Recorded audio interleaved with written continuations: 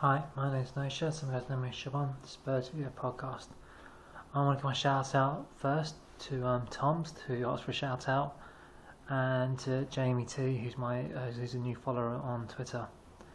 And shout out to my regular guys like Major Hank, Super Spurs, Original YT Name, Kev, Jerry, Peter, Jez, all you guys, Cage. Definitely check out www.spursforum.co.uk. Some really great posting. If you guys like debating on here, which I really appreciate the comments, there's also a wide range of subjects. I'm going to talk about Andrea Villas-Boas. Had his first press conference. I thought he acquitted himself very well. He was very honest about Chelsea. He said, look, I achieved, obviously he'll say, like, I was a part of it, and I think he was. Look, obviously they were still in the Champions League. They won the FA Cup, but it's revisionist history, obviously. I like that he was candid about Luka and said he might go. And I will touch upon that. In terms of Steffen Freund signing, again, he was a club legend because he wasn't that great, but who knows, he could be an excellent coach. People are looking, say, at Germany and look at the players, obviously, where to work to semi-finals. But isn't that just Germany? They are always dominant, but people forget in 2000 they had a massive failure and the whole of German football was completely reorganised. From head to foot, it was completely reorganised. And yes, a lot of incredible German players have come through the ranks. One thing that people should remember is that while England, for example, I think they won a youth tournament and then they physical development. Some kids develop physically a lot quicker than others, and therefore that gives them an advantage. It's like boys against men. It'll be interesting to see. We are putting emphasis on youth, and he's obviously spoken about Moutinho, and they've spoken. I think it was Jack on Talksport about him going for a 4-2-3-1, and the reason why I bring in Moutinho is that Moutinho is, I wouldn't say he's an acolyte the way you say. I know because people accuse Ramon Vega being a Christian Grey's acolyte because they're both Swiss, but he was never coached by him. Moutinho would be someone that would support Villas-Boas because he's been under him, and he can serve as an example. And he made a very example that Mourinho did bring in, people like Mendes, Carvalho, and Thiago, great players who who had been under and prospered under him, and could really I won't say be his eyes and ears, but could he played a part of their team, and obviously Carvalho was a huge part of that team. So was Mendes for a while, and Ferreira, and obviously they wouldn't be as cheerleaders, but I think they can communicate, and I think it's good to have someone who's on your side in that dressing room to win them over. I think that does help. Apparently this new training pitch. The vision, the idea that we're going to play the same formation throughout. So I think we're seeing a lot more 4-3-3, 4-2-3-1, 4-5-1. One of the things, obviously, Luka Modric, it's increasingly likely he will be sold. I'm obviously worried about that. When we didn't have Luka Modric against Bilbao, we looked rudderless. But I think you got to look at the team that we had. I mean, Crouch, Van der Vaart, Pav, not Van der Vaart, Crouch and Pav, one of the best strikers. We had no cutting edge, and I think it's 11 players. And obviously, when he was there, he made things work for us. Our team was built around him as a fulcrum. I think the difference between now and 2008, when we obviously had the samosa jokes, is that basically we sold our two best performing players, and Luka Modric wasn't the player he is now. Bale wasn't the player he is now. Bentley really hadn't delivered. Neither did Diogo dos Santos.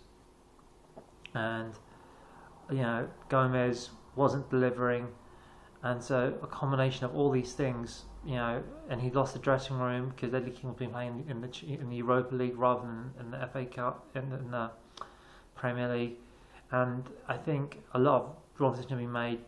Ramos still didn't speak English. Huddleston, wasn't the player. I mean, I don't think he's shown the promise then that he has now. I think and the system just wasn't working.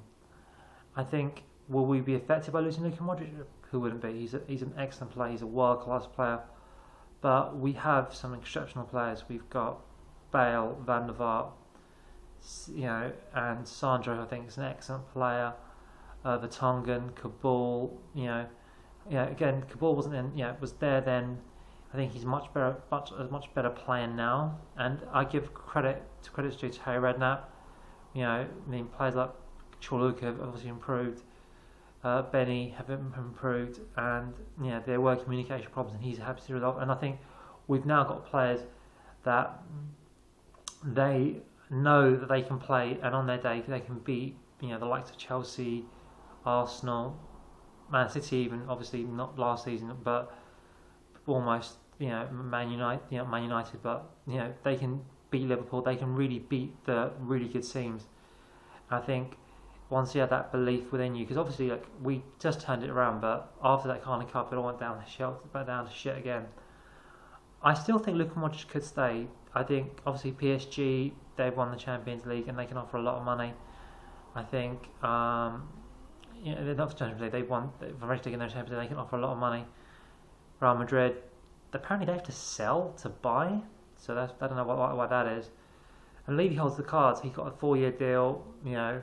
I think with Berbatov being disruptive, and we played like Darren Ben Pavlyuchenko.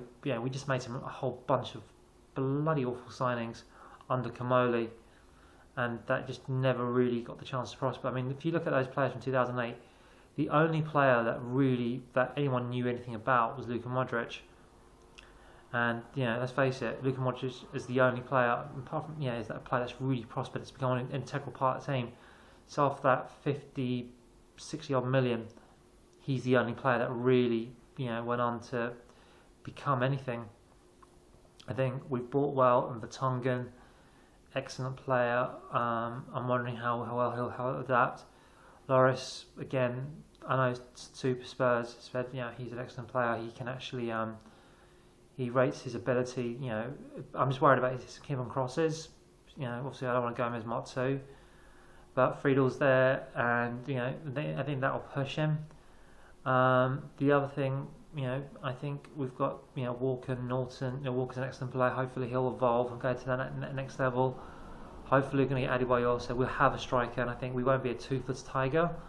We just need to provide him with ammunition. If we get Moutinho or Oscar, obviously I haven't had a chance to listen to the Vickery report. It depends what will happen. Some players go. I mean, look at that Oriol Moreau. He just disappeared. He was playing brilliantly under Villas-Boas, and he just disappeared. So I don't get why Chelsea need him when they've got a player like Moreau. He was doing very well for them. Suddenly he just disappears. So it's an interesting one. So whether they'll sign Oscar, I don't know why that's going on there. So I think we can have to take our time and have real confidence.